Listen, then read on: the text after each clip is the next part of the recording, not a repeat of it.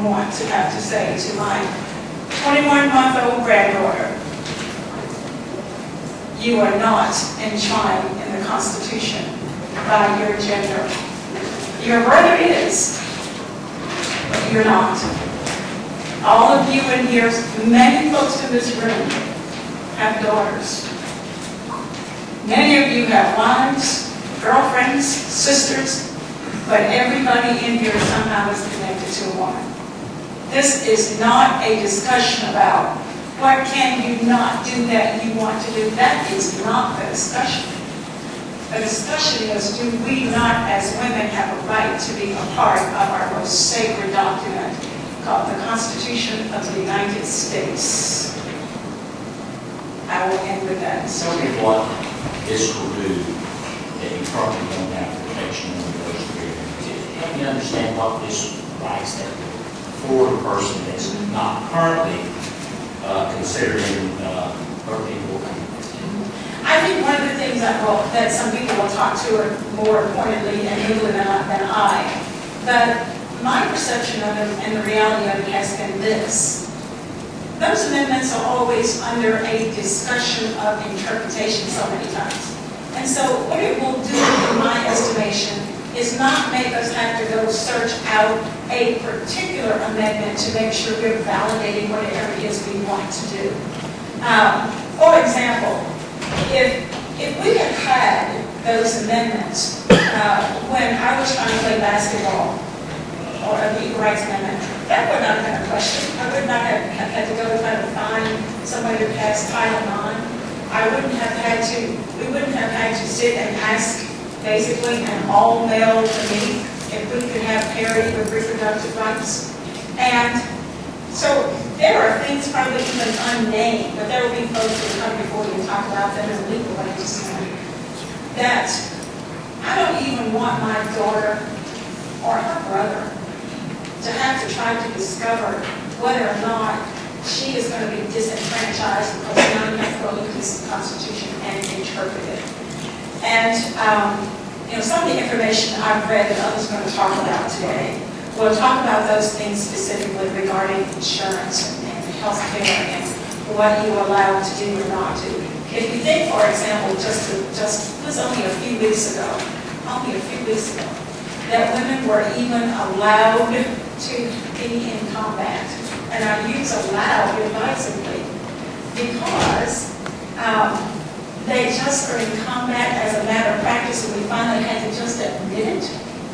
That if the Equal Rights Amendment had been in place, this would not have been an issue. And here's why that one thing is so important. These women are serving their country.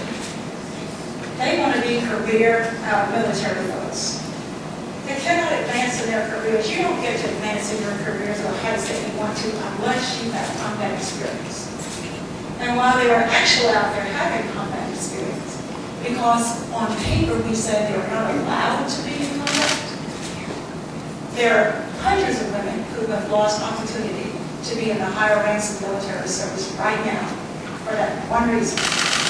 If the ERA had been in place, it would not have been a discussion of, do we interpret whether or not you're in combat? Yeah, okay, Tammy Duckworth, you were a helicopter pilot, you lost both your legs, but what is that? Combat? I don't know. We're getting to what I think of things like that in interpretation where we should be. But then, admittedly, Mr. Chair, one of the things it will do for me more than anything else is psychological. Just know that I'm a full citizen according to that whole sacred document. I think none of you are going to be in the position of knowing you have been ironed out of it or never put in it. That's seminal point. Any other questions?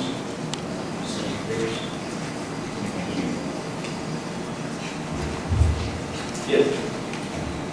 I'm going to ask you this, and being in the military, you brought up something that I understand and agree with you on one part, but I want to ask you as a woman, and there's any military people, women out there, I'd love to ask them this, but are we going to get to the point where if you cannot pass the physical part, or are you going to say, I'm a woman, I don't want that, because I can't do it as a woman, but I still want to be there. I have a little bit of a hiccup with that. I don't have a problem. They've done it, they were treated wrong in the military because they were getting shot, they were getting raped, they were getting killed, but we weren't considered in the military, and I think that was the wrong part of the military. I've just got a little bit of a, I guess I'm old-fashioned, I still open the doors for women, and I have a hard time with my son to understand that. He grew up that way, but I have a problem a little bit where we're going, what we're doing, because I think I want my daughters, I want my granddaughters to have as many rights as what I do as a person and my grandsons do. I just don't want to get to the point where if we do some of this, that we have to turn around and say we couldn't do it because we were female. And I have a, that's the part that bothers me a little bit because I think a woman is the greatest thing the Lord ever made. And I think that, and I know they have to be married to one of the best ones in the house. And I just, I worry about that. You want me to allay your fears? No, did you play on a half court as a basketball? I played half court, and then I played at the time, my junior, senior, one of those years, then we got to a point where we allowed somebody to play both ends. I could play both positions, so I got to play. Back to the question about the military, which was a question I heard a lot. I think the thing that's important about that is not gender when it comes to that job assignment. I think you just ask the same thing of Joseph and Josephine. And if Joseph and Josephine can do it alike, that's all that matters. Their name or their gender. I think either one of those things should be the issue. And nobody has a right to ask to do something they cannot do. It's just like now, for example, we think about football, we think male. And if female plays football, that's treated as an anomaly. And that's only the case because we have deemed football to be something that men do. And as far as I'm concerned, more power to them. But if Joseph and Josephine both can play center, I say more power to them. To me, that's all that matters. But to have laws, as we did, with the military, it was not because people couldn't do the job. I think it's because they never had an opportunity to prove they could do the job. I appreciate that. I had an aunt 2 weeks ago, 97 years old. I remember her coming in. She took me in when I was a kid, and she raised me. And she came in and she told me one night she got promoted. And she was so tickled of getting promoted on her job because a man had the job before she had it. And she thought she was so proud of herself for doing that and being at that shoe factory for so long. And I still remember that to this day. So I have kind of a soft heart for that because she taught me a lot. She told me about, the genuine thing. And then she told me about how to save money and do things that I'm really proud of her for. So that stuck in my brain the whole lot. That she was so proud of something that she was been able to accomplish something else. So I will quit with that before Please state your name and the register and recognize. My name is Larry Smith. I live here in Goshen, Arkansas. I'm proud of it.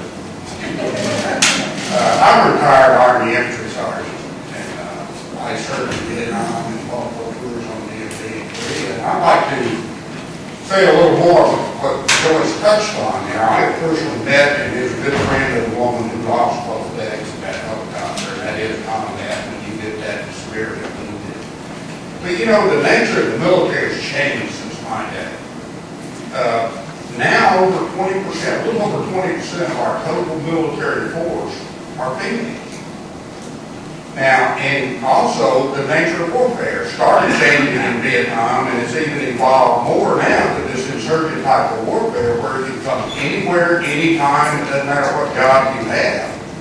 I mean, an IED suicide bomber could run in here and pull the plug, and thousands of pieces of shrapnel would fly through this room, and those little pieces of chaplain will stop and say, oh, there's a female, I can't go there.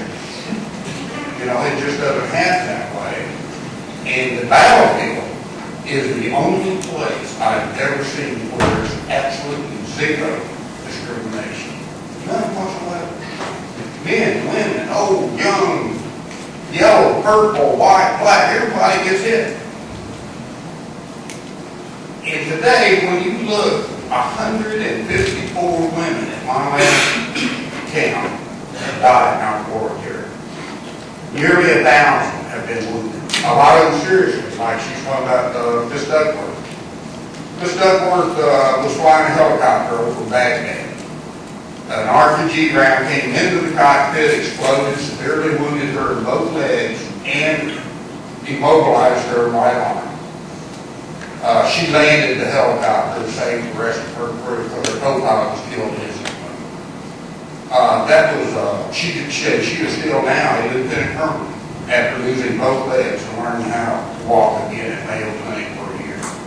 She was an extraordinary person. And I think the sacrifice of women today,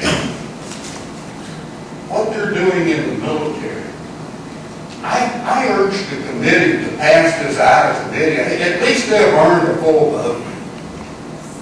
I mean, they're American soldiers. That they deserve a full vote.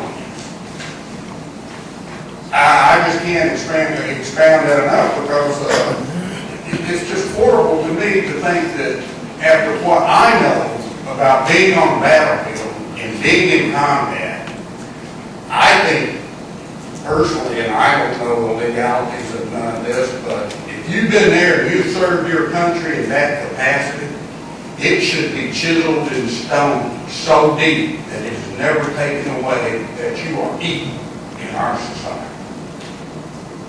To not grant a soldier, especially one that has been horribly wounded or has served, like one female that I know, 5 different tours in Iraq and Afghanistan, to not chisel that in stone, that you are equal in our society. That goes against every fiber being of our country. Why are we here today? Because people just stood up and said, we want freedom. And we picked up a gun and went and died. Well, there's another group that's joined the fight here. And that's our opinion. And it's going to be more and more. Because the females I have met, and I'm still in contact with a lot of special forces units, and some of these females, they're just as patriotic, just as determined. This one female I see that's been deployed 5 times has 2 children. She goes and goes and goes. It's a new day. They have earned it. I urge you to get this out of committee for a full vote, because they've died for it. They've bled for it. They deserve it. And that's all I have to say. And I thank you. Jerry Cox to speak against Mr. Cox. He'll make his way up and state the name of the record. Recognize the speaker, sir.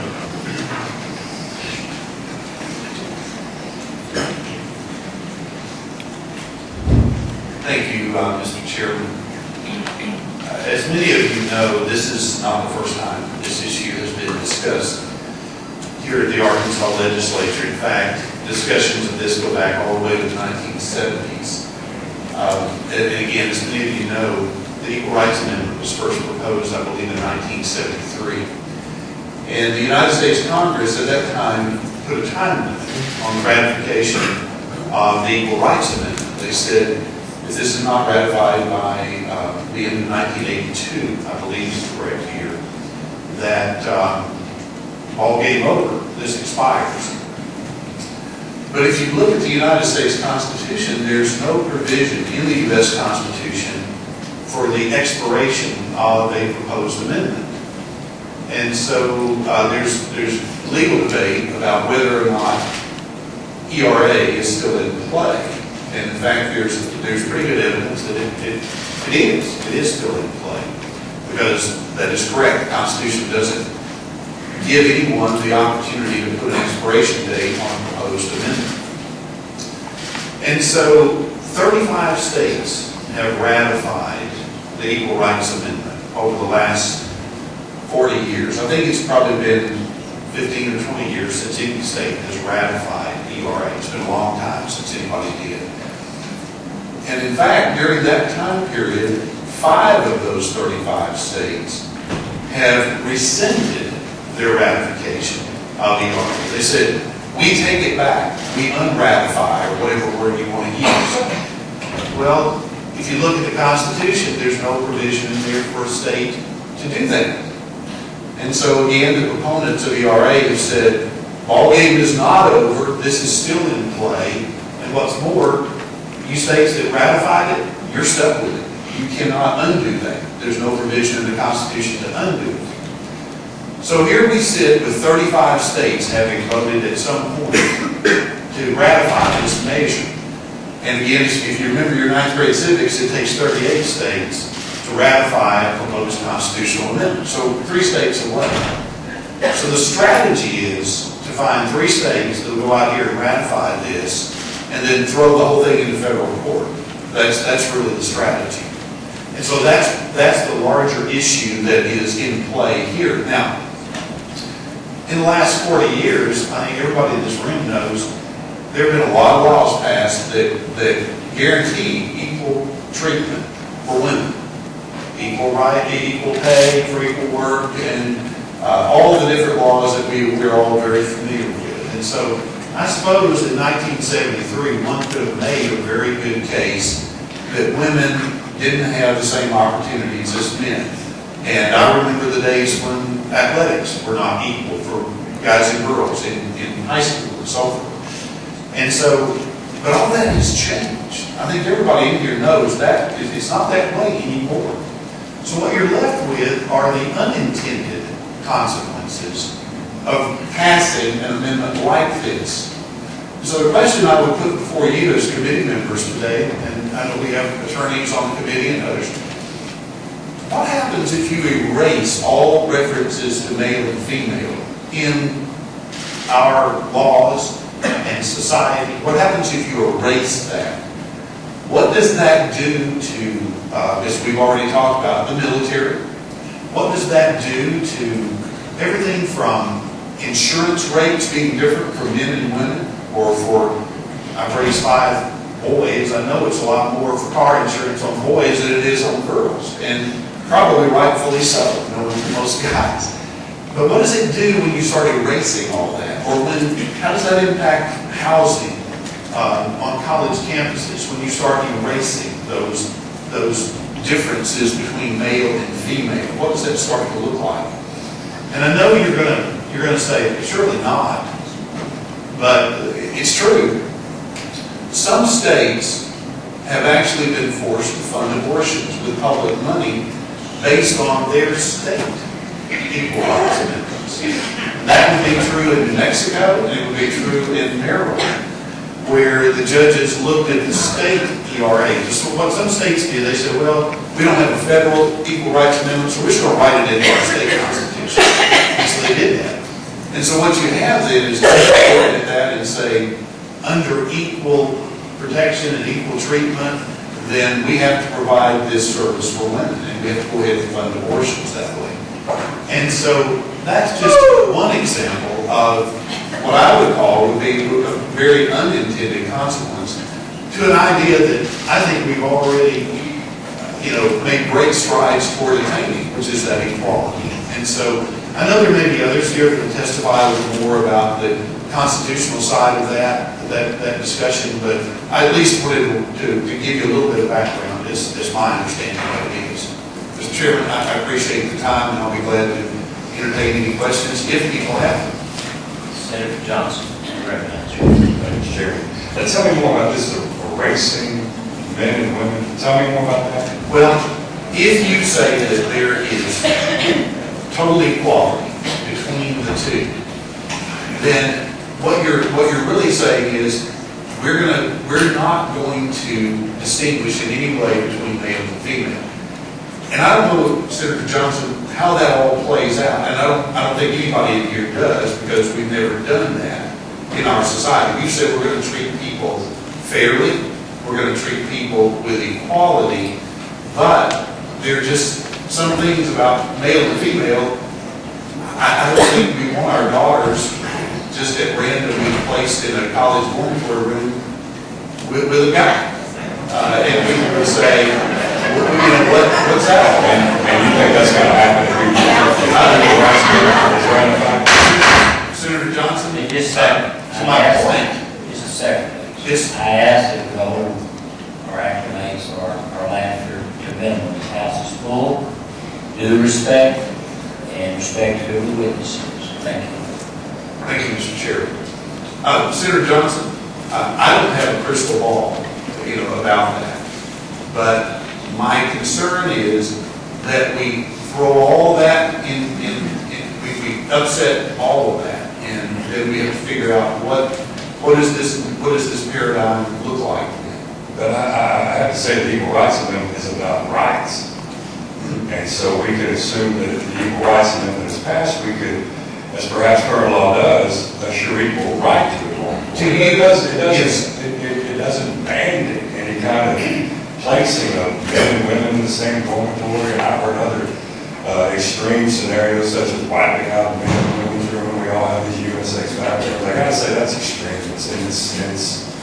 And I would, Senator Johnson, to you as a rational person, and I hope to most of the people in this room as rational people, we say, well, surely not. Surely that would never happen.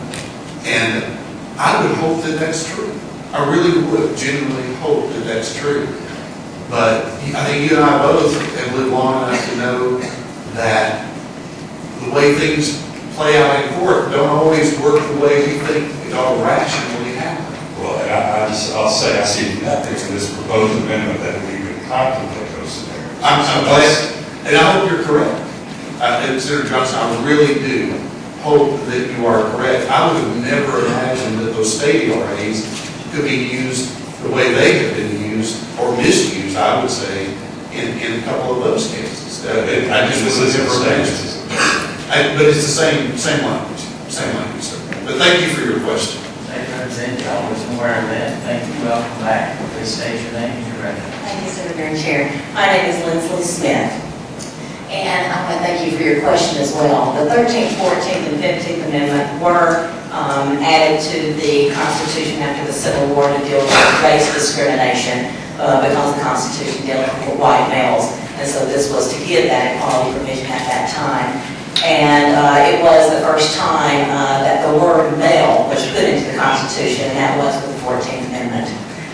It was not even looked at in terms of sex discrimination until in court cases until 1971. It's barely been looked at. Thank you for that question. Senator Pierce, thank you for your question as well. The Equal Rights Amendment would not get rid of any objective analysis of any other provisions, such as if a school told your grandchild, a female, you cannot be student body president because you are a girl. No. Is it because you aren't in our school and you don't attend here? That's an objective reason why not. If you are in the military, you cannot pick up a certain amount of weight. You can't do a certain thing, fit a certain criteria, and you say you cannot do it and happen to be a female. You're not discriminating on the basis of sex. This would be totally looking at whether you're discriminating on the basis of sex. U.S. Supreme Court Justice Anton Scalia recently reminded our nation that the United States Constitution does not protect against discrimination on the basis of sex. He remarked, certainly the Constitution does not require discrimination on the basis of sex. The only issue is whether it prohibits it. It doesn't. Nobody ever thought that's what it meant. Nobody ever voted for that. We are asking you today as Arkansas legislators to affirm Congress's amendment to secure the blessings of liberty and equality on all citizens of the United States, whether they are man or whether they are woman. All authorities, legal or other, have made it clear, a clear fact, that the United States Constitution does not provide such protections for women. Equal rights under the law simply has not been recognized in our nation's fundamental document, and it should. It is a fact that the United States Constitution was written to apply only to white males. and it was instituted to assure it only applied to white males. Since its adoption in 1789, the Constitution has never granted all rights equally to men and women. Women were treated according to social tradition and English common law, and were denied most legal rights. In general, they could not vote, they could not own property, they could not keep their own wages or even have custody of their own children. After passage of the 14th Amendment, citizens categorized as citizens of race were finally granted full citizenship rights and equal justice under the law in the Constitution. But it required a constitutional amendment to do so. Thereafter came the struggle for getting women the right to vote, which came with the ratification of the 19th Amendment. It has been almost a century since women were granted this one single constitutional right.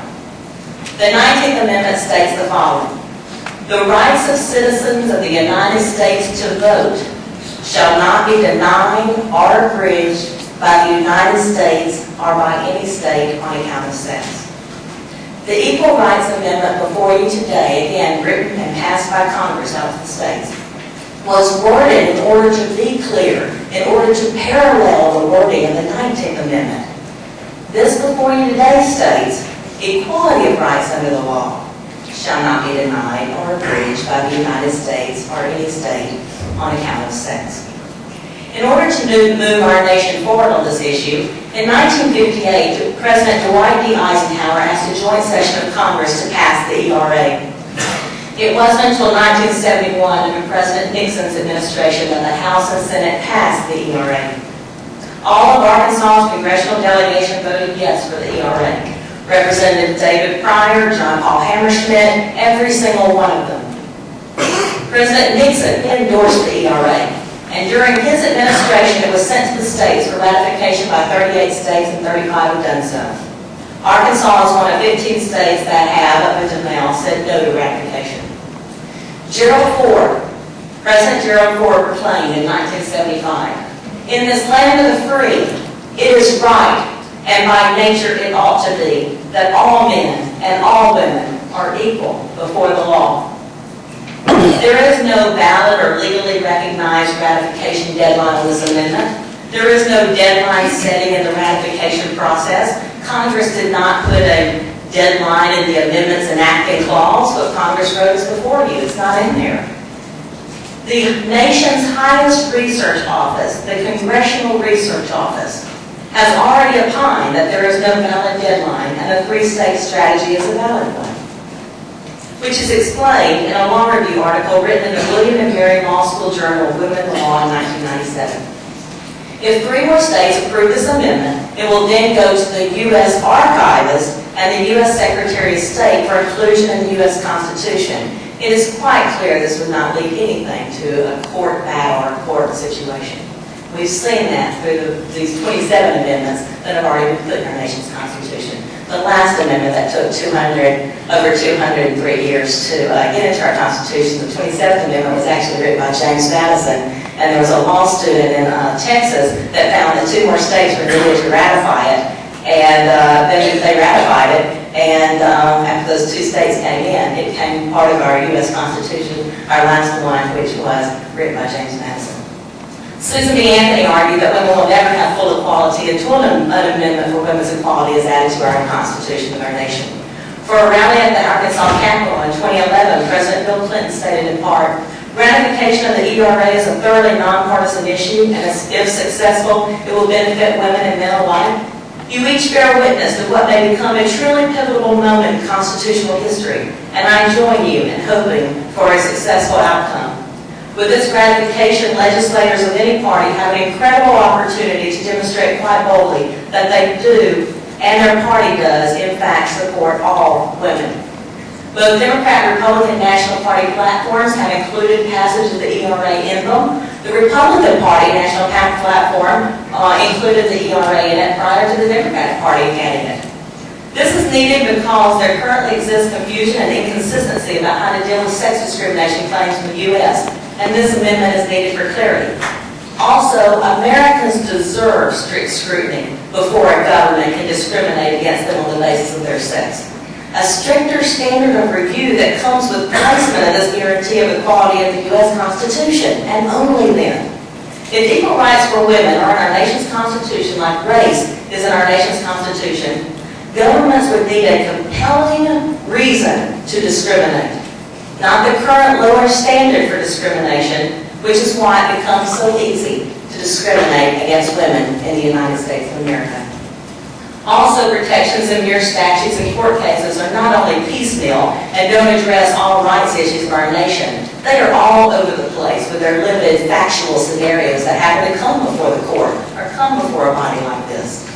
Moreover, why should women continue to pay for, fight for, and wait for rights that men get for free? The recent update of the Commission on the Status of Women in Arkansas, which I'm sure you've all read, demonstrates the continuing difficulties inequality forces on women in Arkansas. So there's no need for me to repeat those here. Disparate treatment of Americans on the basis of their sex also seeps into the consciousness, as Senator Elliot noted, of our young men and women. The ERA will send a message to American women and girls that they are valued citizens of our nation, and they have an opportunity to advance in America without the ease of discrimination on the basis of their sex. The gender gap in schools today is quite shocking. There are several reports on this. And it's not something we can sense in test scores or grades. Rather, it's about the kinds of possibilities boys and girls see for themselves.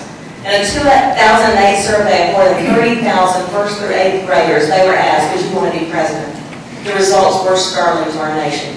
66% of boys said they wanted to be president, but only 19% of girls expressed the same desire. Moreover, the Equal Rights Amendment is included, if it is included in our Constitution, women fighting abroad, as Mr. Lashman noted, in nations that have such provision in their own Constitution would no longer come home to a nation that thanks them for their service, does not include them in their own Constitution. The Bush administration insisted that women be guaranteed equal rights in the new constitutions of Iraq and Afghanistan that we helped write, and those were adopted. We should heed that same call and also adopt this equality principle in our own Constitution. Finally, over 88% of Americans want this amendment in the United States Constitution, and the people of Arkansas have consistently polled over the decades in overwhelming majorities in favor of the Equal Rights Amendment and for Arkansas to be listed as one of the supporting states with this principle of equality and being on our Constitution. I ask you to do the right thing. Please vote on the right side of history. I ask that you support a due passage to this to the full Senate floor. Thank you. Dan Greenberg, who is against SDR 19, please, everybody wait. No? Sorry, Mr. Dan Greenberg, who make your left, have a seat, identify yourself, and you're recognized to speak, sir.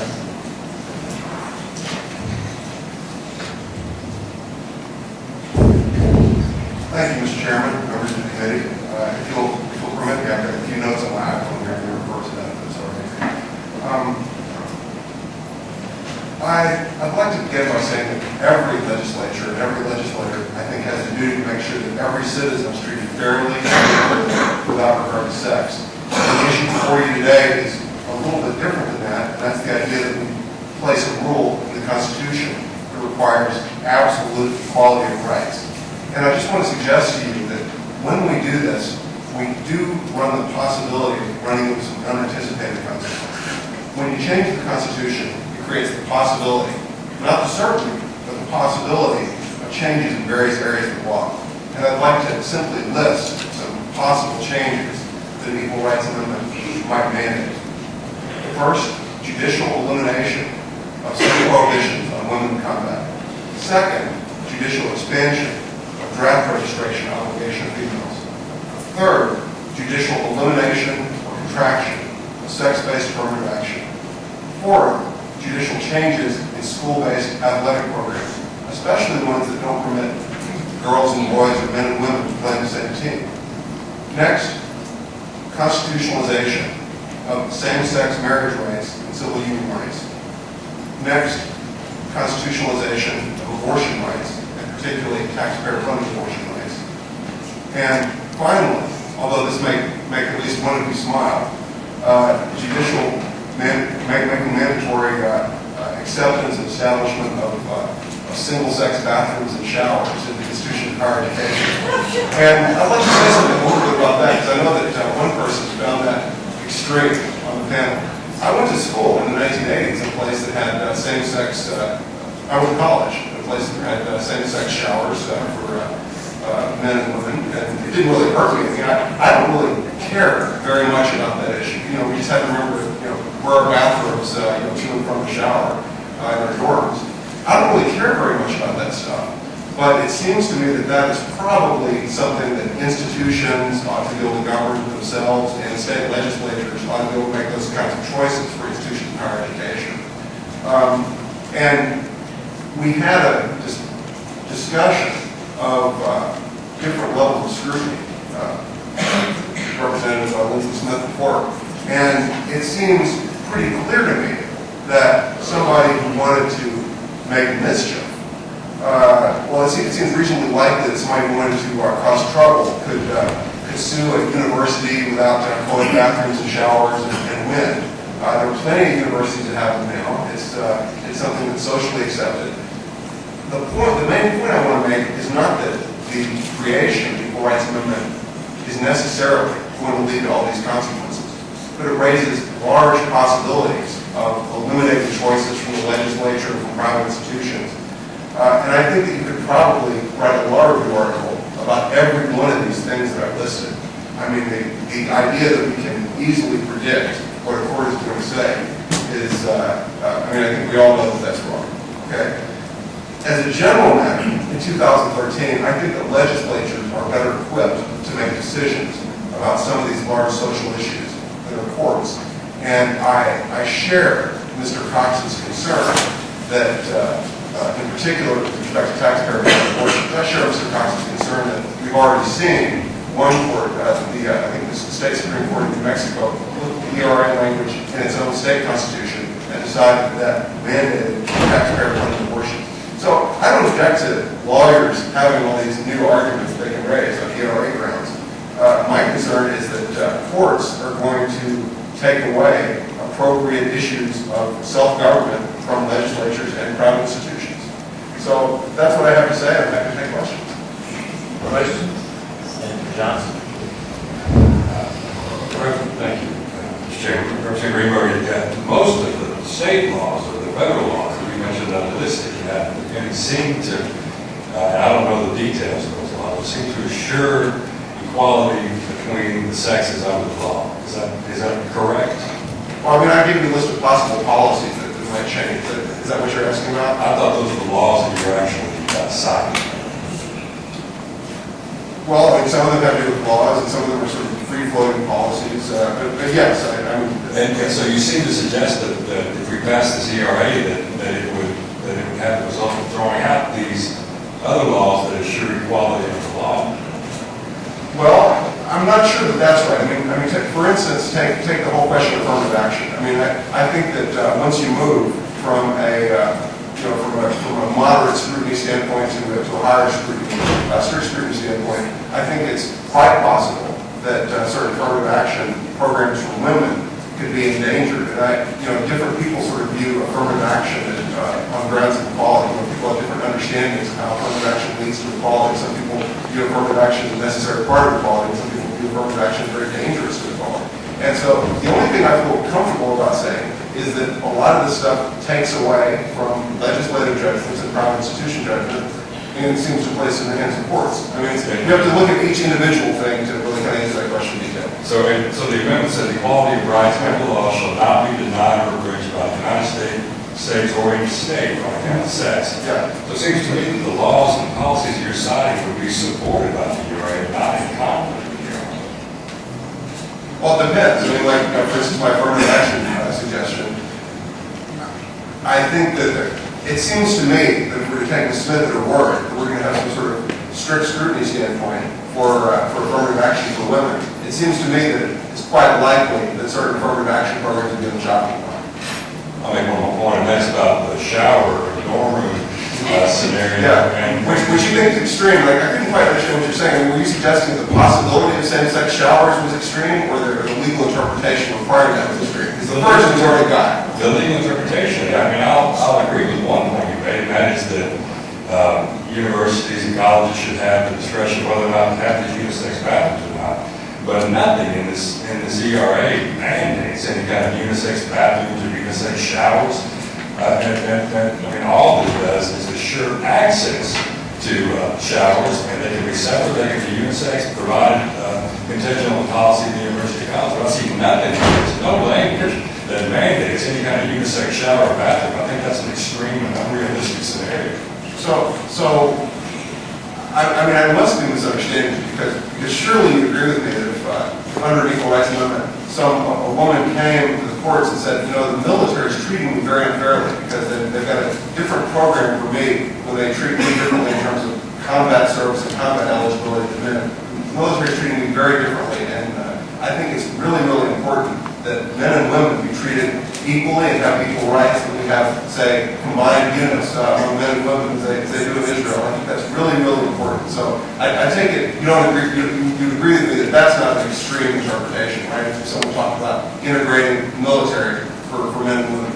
Talking about these showers and the rooms you're talking about. And furthermore, nothing I see for equal rights women mandates any kind of unisex showers or bathrooms. And one difficulty, Senator, is that when lawyers make arguments, sometimes you can't make them just in 3 or 4 sentences. So the second part of that argument is, look, furthermore, not only is there a legitimate concern here on the part of the litigant about men and women being treated unequally in the military, this is also kind of a sign of the way men and women have been treated unfairly across civil society as well. And I look at the ways that people have been treated separately, and this sort of symbolizes unequal treatment. You can even look at this. I don't understand why there's some universities that have equal facilities that separate men and women, and other universities that have these facilities that mix them all together. And so yeah, I certainly do think that under the Equal Rights Movement, you could make that argument straight face. It would be far from frivolous, and I have no idea as to how a court would decide that. But I'll say this: it amazes me that a court found that under New Mexico's Equal Rights Amendment that there were mandatory taxpayer-funded abortion. So it's very difficult to predict with great accuracy what a court will do. But I would say some decisions the courts make, even Supreme Court cases, are, I think, really lack a great deal of fairness and common sense. I think they take away a huge amount of ability to make decisions for the legislature and for private institutions. Well, I see the unisex bathroom arguments as stereotyping tactics in reality. Well, thank you. Okay. I got one question. Give me your interpretation of the little court interpretation when someone puts forth a piece of legislation. What is it designed to do?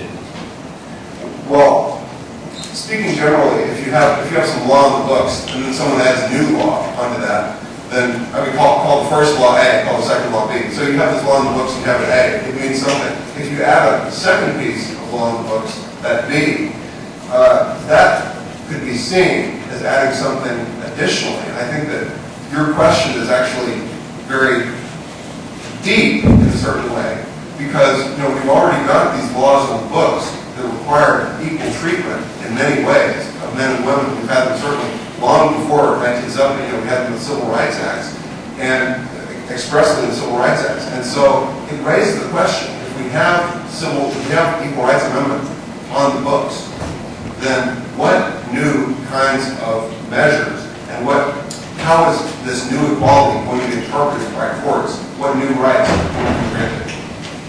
So, but the intent if you have legislation is to add, I guess is my point. Yeah. Add to and not just try to define Yeah. a subject, and I get the meaning, that's what we're trying to do. I think we all agree. If there's violation, there's a vehicle to address that today. If it's going to feel like their rights, whoever's been violated, that they have a vehicle or an avenue or a path to seek relief. I'm interested in what addition does this need in the Constitution that add to what we have today. I don't know if that makes sense, but it doesn't mean I'm not looking why we're adding more. If we're just trying to define what's in there, that's one thing. If we're really adding substantive to it, I mean, it's going to make it right or wrong, then I'm interested in what is that wrong? What are we trying to make it right today by adding that? That's a very interesting question, and it sort of illuminates that constitutional amendments can't really be precisely predicted in terms of their impact on policy. So when we start talking about policy, let me find a question, right, Senator. If we start talking about policy, it makes a lot more sense to pass statutes that affect policy. And I think that, as I started off by saying, it's very important that we have policies that guarantee that men and women are going to be treated equally and fairly with respect to sex and race and all these other characteristics. And if we have a constitutional amendment that says we're going to have equal rights for everybody, it's just very difficult to determine how courts are going to understand equality, particularly, and I'll say one more thing. If you're a pro-life legislator, then you may want to be somewhat skeptical or somewhat concerned about how courts are going to understand equality in the context of abortion and taxpayer-funded abortion. And if you're a pro-choice legislator, then you might be very eager to give the courts one more reason to say that abortion and abortion rights and taxpayer-funded abortion falls generally under the idea of equality. Senator Pierce. Thank you, Mr. Chair. President Greenberg, just I think 2 weeks ago, you were in here testifying for a resolution that we were bringing out about voter ID, and you said very reverse of what you're saying right now. That I hate to think that that's true. well, you saying this could happen, that could happen. Well, that you were saying, why won't it happen? Because we take care of that. Now you're saying this could happen, that could happen on this about the abortions and all this. So I'm getting the idea that you're, whichever side you're on, you're a paid attorney, or what do you got here?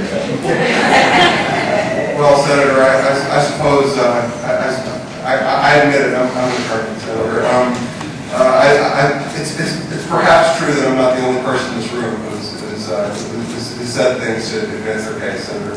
But I think that's what Would you say that again? Yeah, it's perhaps true that I'm not the only person in this room who argues in favor of the case. Yes, Senator. Okay. But my larger point is that when you have code, when you have legislation, the effects of that are much more cabinet and much easier to predict. And so I'm actually a lot more comfortable about making predictions about individual pieces of code because, for one reason, if there's a problem, the legislature can always come back and fix that later because that's just legislation. When you have something in the Constitution, it's a lot more difficult to change, and legislatures have a lot less control over it. I honestly got to tell you, Senator, I don't recall what I said 2 weeks ago that you found so contradictory, but I'll just have to take your word for it. Thank you. Senator Thompson. Senator Pierce, let me rise in defense of paid attorneys. I do have a question. Mr. Greenberg, do you think the U.S. Constitution today provides for equal rights on the basis of sex? Do you think that our Constitution today provides for equal rights for men and women on the basis of sex? In a certain way, yes. I mean, certainly it provides for due process of law, and that's often understood as some kind of rule of fairness or equality. But you start using these we're sort of coming back to the same point, which is that when you use these very general terms, it's kind of hard to predict kind of what they mean in 1,000 different circumstances. So I mean, you see how I'm answering your question, right, Senator? Well, I think... I mean, you're asking about a term of art, okay? And the term of art has all these different applications, literally, hundreds and thousands of different contexts. So. Well, I think, and I'm no constitutional scholar, but I think some judges have said that the 14th Amendment today does provide equal rights on the basis of sex. That is true. Yes. And so if there's a law that says that as between sons and daughters inheriting property, sons are favored over daughters. Some courts have struck those provisions down. Sure. Yes. Other judges have frankly said, no, there's nothing in the Constitution that prevents discrimination on the basis of sex. And I was just interested to know. Well, with respect to property division, I think that, I think it's certainly true that there's no court in the country that would find anything proper at all about, different rewards to people on the basis of inheritance because of sex. So, I mean, I think that is clearly as I understand your question, and that's not a matter of controversy in judiciary today. And again, it's one thing to use these abstract terms, and it's another thing to talk about concrete precedents of policy. And it's very easy to kind of walk on a landmine and start mixing up these two things. And so my general view is it's better for legislatures to work on concrete questions of policy because the effects are much more easy to predict. Well, and what I meant by that, I understood that some interpretations of the Constitution, you look at the founders of the Constitution, what was going on, what they anticipated when they drafted the Constitution, constitutional amendments. And I think that's the originalist interpretation of the Constitution. And so we need to look and see what the founders thought when they drafted the Constitution. And if that's not what they thought, then the appropriate vehicle is to amend it. That, as I understood it. And so, as I understood some of the writing. So I didn't know how you came down on that. That's if you're asking about my views on originalism, I think that the way originalism is often understood is the idea of original public meaning. So you look at the words as they were understood by spectators or people at that time, the original public meaning of the document, rather than simply what's in people's minds, which is more of a mysterious thing, obviously. Well, under an originalist interpretation of the Constitution, do you think the Constitution provides for equal treatment under the law on the basis of sex? I guess that's what I'm saying. Well, by and large, yes, because of Reconstruction amendments.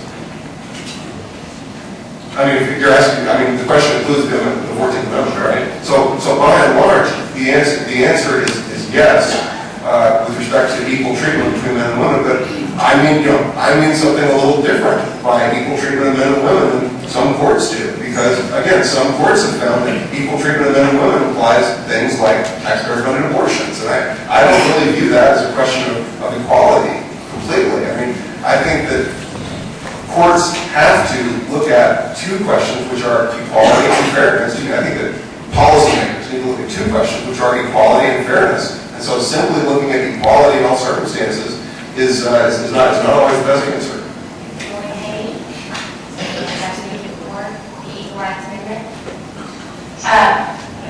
Thank you.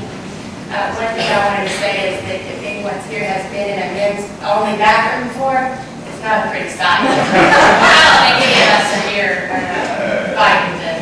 My wife wears glasses, and when she leaves them, she has a tendency to wander into the men's restroom, so I've had experience with it. That's scary. And first of all, about the taxpayer-funded abortion in the United States Constitution, that's the state constitution, and that is something that their state has ratified. It's not in the United States Constitution. And I just want to say thank you to Senator Elliot and all these ladies behind me that have fought for this for my whole life and their whole life, and that this bill, or this amendment may have closed down in 1982, but I was born in 1983. And this is something that my generation has had to ease on. These ladies have become congresswomen, CEOs of Fortune 100 companies. They've been cabinet members in the United States. They have paved the way for us, and they deserve this vote. And that's really all I just wanted to say. Thank you to them, and please let them have this vote. Senator, quick question. You said you're very articulate, very passionate. I can appreciate the honesty and have 4 daughters. We're very passionate about certain subjects. Tomorrow is ratified. I want to know what you see is going to change in our society from today. We talk about the dribble effect, and I fully understand that, and it'll be here when we die. I promise you, there'll be someone else dribbling something else along the way, so that won't work. How will you tell me, you're gonna wake up tomorrow, equal rights amendment is ratified, and you're a better person for it. So tell me what's going to change for you tomorrow.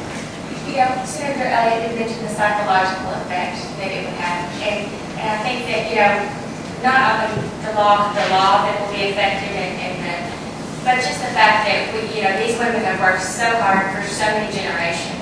And just the acknowledgement that they've proven themselves. Women have proven themselves to be equal as men, and they should be acknowledged as such. I think just having that acknowledgement, knowing that we have that protection under our Constitution just the same as men. So I guess it's a matter of principle that we'll change the Constitution. There's no hard fact, nothing's going to make your life any better, no more opportunities. Oh, absolutely, yes, there will be more opportunities. Just knowing that we can is just one part of it. Knowing that we can have the same opportunities is one part of it. I'm still struggling with this. I think there's several opportunities. I don't know of an incident that we can really hang our hat on to say, if this passes, this is what's going to be afforded me, that I can't have today. And that's where I struggle.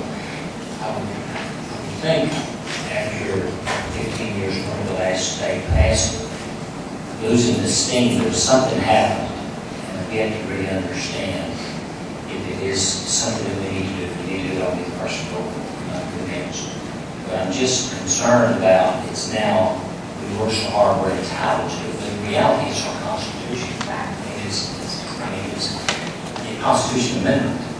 So it just concerns me if there's not a real reason or a compelling reason to do it, other than we worked hard for it.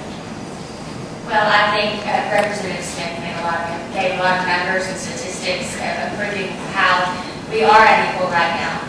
But I think equal pay, you know, is a struggle that we've had. We still make, I think, 78 cents on the dollar as a man for the same job, with the same education.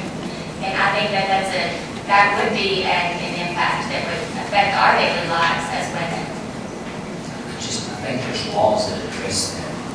Maybe I'm wrong. I'm not an attorney. That's what we're much smarter at it than regular people. But anyway, thank you very much. You're very brave. You've done a great job. I appreciate you.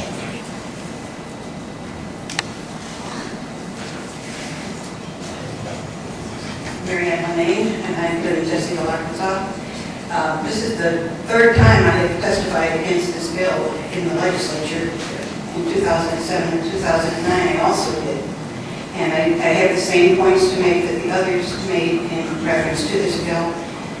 But there is a reason why no state has ratified the ERA in 20 years. And that is because there's no longer a need for it. As many of the women, even who are for this bill, have testified, we have made tremendous strides in where we have come as women and the ability to do the things that we have been able to do. So no state has felt the need to ratify this in the last 20 years. And we were not prepared for this. I first heard about this last night, so I don't have my statements prepared. I just jotted down some notes.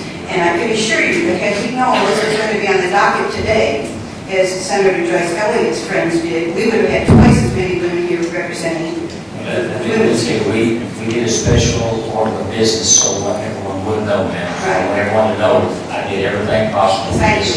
Thank you. Okay. Make sure everyone knows that. But there's no reason to pass this other than to enshrine abortion in the Constitution of the United States. We know that from what happened in New Mexico, that has been deemed to be a bill that would enshrine abortion because they said you can't outlaw abortion and you cannot. There have been no rules can pass in New Mexico against abortion, and taxpayer funding is provided in New Mexico because of the Equal Rights Amendment of New Mexico. And this bill would be essentially the same thing. But we have made significant changes for the rights of women with the Constitution of the United States that we have today, and we continue to make those changes. And I would say that there are a lot of things that we can predict about this bill, but that's not, we don't know what's going to be the ultimate outcome, but we do know what would be the ultimate outcome on abortion because that is what has happened in New Mexico, and that is my great interest. And let me tell you, speaking as a female of 70 years old, I have never felt like I have been disadvantaged by my race or by my gender in the United States of America. And I appreciate America and the Constitution of the United States for that. And those are all the remarks I have to make. Thank you. Thank you for the privilege of speaking today in favor of the rights of women. I'm Bernie Sykes, a proud native Arkansan. I've always been proud of Arkansas, and partly because of the way I see them making decisions. They take their time, gather data and facts, look at cause and effects, and then make an objective decision based on those facts. And I ask you please to do that today. I was a history and political science major in college, so I know what a real slap in the face it is for women to not be included in their own country's constitution. All citizens, with the exception of slaves, and in America women, are included in democratic constitutions. Since World War II, 147 nations have included women in their constitution. We in America need to correct this and provide legal protection for all of our citizens, men and women. Secondly, women are discriminated against in every phase of the world, in hiring, pay, promotions, benefits, and retirement. Women are passed over in hiring for higher paid jobs and hired exclusively for lower paid jobs. If women become a majority in a field that pays more, such as I did in human resources, then those jobs are adjusted and made 2 tiers, and women are brought in at lower salaries.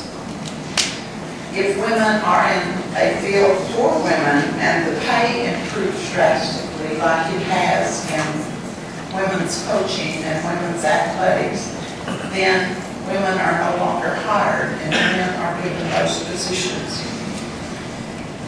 In pay, women with the same qualifications of a man will be paid $5,000 less the first year in which they're hired.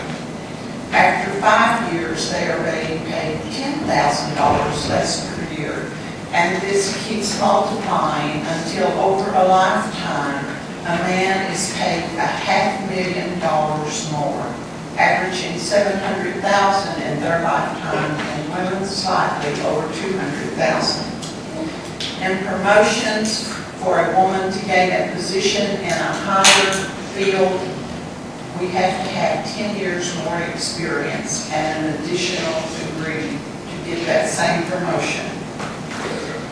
So when you look at these 4 areas and then consider benefits, most women's jobs or places in employment have little or no benefits. In Arkansas, for a woman pays 70 to 100% more for the same health care policy as a man pays. So when it comes to retirement, women have very little to live on. And if you look at the women in Arkansas, you will see that 90% of the women depend only on Social Security and retirement. And a huge portion of that majority live on minimum Social Security. That's slightly more than $500 a month. Thirdly, then, when women try to correct the situation of discrimination, it is very difficult because we are not in the Constitution and therefore at the lowest level of legal scrutiny. The burden of proof is on the woman to prove instead of on the company practicing the discrimination. And so the case drags on for years. Most women can't afford this, and so they drop the case. And that's one reason we don't have this area corrected. And lastly, I would like to say to you Most of us think of ourselves as respecting our mothers. We speak up for the many things that our mothers have done for us. I know that because of my mother, I am a Christian. I know how to act and contribute to the community, and I have a good education, which provided me with a good job. However, if you do not support legal equality for women, you are showing a lack of respect for women. A lack of respect which includes your mothers, your daughters, your sisters, your wife. We need to be included in the Constitution. I hope that you all have had time to look at the 3 books that my ERA Arkansas Coalition provided for you a few weeks ago on Kathy Webb's interim study and the 2 studies by the Women Foundation. These show you how detrimental it has been to women having a lack of legal protection. So I asked you, please have Arkansas stand up and say, Arkansas supports all citizens having legal protections, and therefore you support and will vote to pass for the Equal Rights Amendment to the U.S. Constitution. Thank you for the privilege of speaking. Good morning. My name is Ajua Ayatollah, and I came here today to be a part of the support for this bill. And I was moved to sign up to speak because my father was whispering in my ear. My father is long deceased. I had a birthday yesterday, and much like I'm going to tell my age, much like the other woman who did, I'm 67. I cannot say, as she has said, that I have not been discriminated against because of my gender. I can say that I have. My father, much like I think Senator Pierce has said and others, my father used to tell me, you can be anything you want to be. He used to encourage me. You can be anything you want to be. But yet, time and time again, I, as a woman, and then I have what we call a cross-section, I, as a black woman, faced obstacles that I really couldn't be. But I did because I had the support and the push of not just my father and my mother, but a whole community that allowed me to go over obstacles that most women in my age group could not do because they didn't have that support. I think that it is a big difference to say that somehow we're protected by the 14th Amendment, and I happen to be a lawyer as well, so please forgive me. But to say that we're protected by the Reconstruction Amendments is really it's a contradiction in the law because we aren't fully protected as women. The Reconstruction Amendments were passed to protect formerly enslaved Africans. And if we look at the 15th Amendment, we can see again, as Senator Elliot pointed out, the 14th Amendment talks about males. The 15th Amendment, in terms of voting rights, spoke only to African American males. Women died for the right to vote. That 19th Amendment came over the bodies of many women. But that 19th Amendment did not protect our rights of full equality. To have a Constitution that was built on the supremacy of males and white males, that was enshrined based on that, and yet to say that we can all be equal because the statute says it, means that we have this document that hasn't really been corrected. The Equal Rights Amendment corrects the document. It says that those founding men were incorrect, and that we are, in 2013, correcting the document. And all of our fears, because of our traditions, many of us were raised in families where the male spoke for us, where the male made decisions for us. those traditions, if you want them to continue in your family, they can continue. No one is saying that your family structure has to change. But someone is saying that when a woman, and now I counsel law students all the time. I can't tell you how many young, white, black, Latino women law students still carry internalized views that they are not as good as their male counterpart. And I was raised to believe that if you can't see it, you can't be it. If you can't see it, you can't believe that you can be it. And that if I'm carrying within me the view that somehow I am less than because I'm a woman, because the law has said that. Not necessarily my parents, they didn't say that, but the law did. And I am, in fact, studying my growth, and I'm studying the growth of women.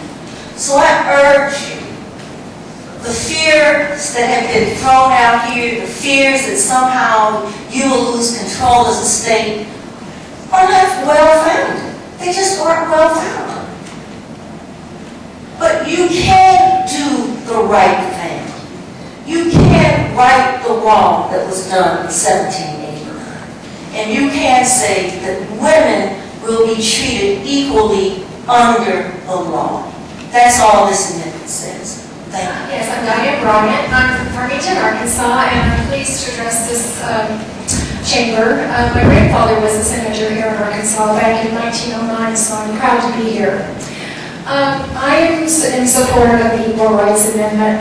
I'm a librarian, and I did a lot of research on sexual stereotypes. And I'm aware of there's some studies that have been done over and over, repeated, which validates the study. And that's a study on credibility. When you have an article, professional journal, or whatever, and it's written, and you have people evaluate it. It's the same article. You have a group evaluate it, and the author is Diane Bryant. You have another group that evaluate the article, and their name is Dan Bryant. And repeatedly, over and over and over again, those articles are rated much, much higher if the authorship is a man. Much, much lower if the authorship is a woman. And I think sometimes we don't realize that those are subliminal and subtle intricacies of our society which suggest that we do have a code of ethics in our laws that see women as less than men. I think that's what we're asking for, to be perceived as equal in the bodies of laws, in our institutions, and receive equal pay as well. I mean, that's been addressed quite a lot, but the salary differential between men and women is unbelievable. Don't we want our daughters to make as much money as our sons if they're doing the same job? So I ask you to consider this proposal, to vote in favor of it, to get it out of the committee and onto the floor so it can proceed through the state legislative process. Thank you very much. My name is Steve Barter. Really happy to come here today with a plan to address the committee.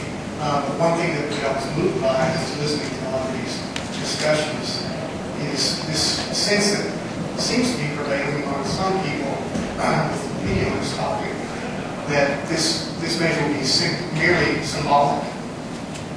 And I think the comments that were just made, considering psychological impacts of law and issues of the Constitution, are important and certainly illustrate the fact that symbolism is important. Symbolism is not meaningless. And I think one of the biggest illustrations of this that I can think of is just in February, Mississippi ratified the 13th Amendment. Now, slavery hasn't been legal in this country for over 140 years. And yet, would anyone here want Arkansas to be the one state that still considers slavery legal? that's symbolic, right? It's merely symbolic because it had no meaning, no impact on the practice of slavery in Mississippi. It was illegal before that. And yet, Mississippi saw fit to join the rest of the country and move forward with something that was merely symbolic. And that's really the only comment I want to add to this discussion. Anyone have questions? Thank you, sir. Senator Elliot, you may close your bill. Thank you, Mr. Chair, and the committee for your patience. I think this has been a very good discussion. Long, though it may be, but not as long as women have been waiting for the opportunity to be included in the Constitution. I think the overriding thing for me is that when we think about all the disparate bills, when an issue comes up, we address it at that point. So we do have all these laws out there that we passed. This came up, that came up. I think what the ERA will do is bring some coherency to what the laws that have been passed over the years and the anticipation of the issues on which we're asked to pass one more law. Because after all, when it comes to the rights of women, it's a piecemeal thing. It's not a settled issue. What the ERA will do is settle the issue. I don't know, Mr. Chairman, what else might come about there that we might have to one more time try to pass a law to address it. Because after all, that has been the history of what we've done, rather than just saying, it's done, it's over. Men and women are equal under the law. And I think it's well demonstrated by some of the testimony. There are real outcomes here as a result of, I can't say with all certainty, but with a great deal of belief and I think confidence that we do still have the vestiges of what happened all those years ago when women were not enshrined in the Constitution. You know, for example, I don't want this to be thought of in any way other than a fact. It should not be lost on us that in the very body to which we're asking you to send this resolution to be voted on, how many women will have the opportunity for that vote? And you might say, that has nothing to do with the Constitution, except it does. There has always been the presumption that who is going to sit in those chairs and make those decisions? Men. Because that's what our founding documents say, and that's what's in our psyche, and that's what's in our belief, and these are the laws we have enforced for everybody. It's not just accidental, there are only 6 of us there out of 35. When you think about, I think Arkansas is made up of approximately 52% women. I think the country is about 58% women. And then you look at where you find women and where you find men, and not place them in historical context, I think, is to not pay attention to the full meaning of our history. So I think coherency is a very, very important thing that we're talking about today. I also think it's important for us to recognize there should not be a limit placed on our rights. There should not be a limit placed on when somebody is going to get their rights. So that's why I applaud you today for taking the time to listen to us and hopefully voting yes on this amendment. I've been told I think I'm up to 6 times now, that this amendment doesn't stand a chance, this resolution doesn't stand a chance in this committee. And every time somebody said it, I said, well, no, don't say that. Don't say that. That's not a RA person. Maybe this is going to be a different day. Because I didn't come to this committee just assuming that you were going to vote anyway other than what I think is a way that honors half the population and more in this country, in our state. I have one child, and that one child is a son. And one of the things I wanted to be absolutely sure he understood One of the things, despite a lot of other things, but one of the things I feel absolutely sure he understands, that if he were to sit in a seat here today, he would vote for women to be treated equally under the law. He would vote for that. At the same time, he is not confused about how he should treat women, about how women should be treated as a matter of culture or the way he grew up. But he distinguishes between the culture in our home and what it means to be treated equally under the law. And I'm sure he got tired of my talking about it. And perhaps he just gave in, but wouldn't that be nice? So I just ask you to put us today in a position, not of having to come here in 2015, to ask you again to make Arkansas a part of history, and history on what I consider to be the right side. So I ask you to vote for the resolution, and then send it to the Senate and have a full discussion, and say to our sons and our daughters, we did what was right. Thank you. You're welcome, Senator. Thank you very much. You've heard an extensive amount of testimony, and folks have traveled a long way. I want to say thank you. You're very passionate about it, and this is what makes our country a great country that it is. So with that, no other discussion, pleasure committee. A motion, is there a second? Second. And a second, all in favor, say aye. Aye. Any opposed, same sign? No. Motion failed. Thank you, Senator.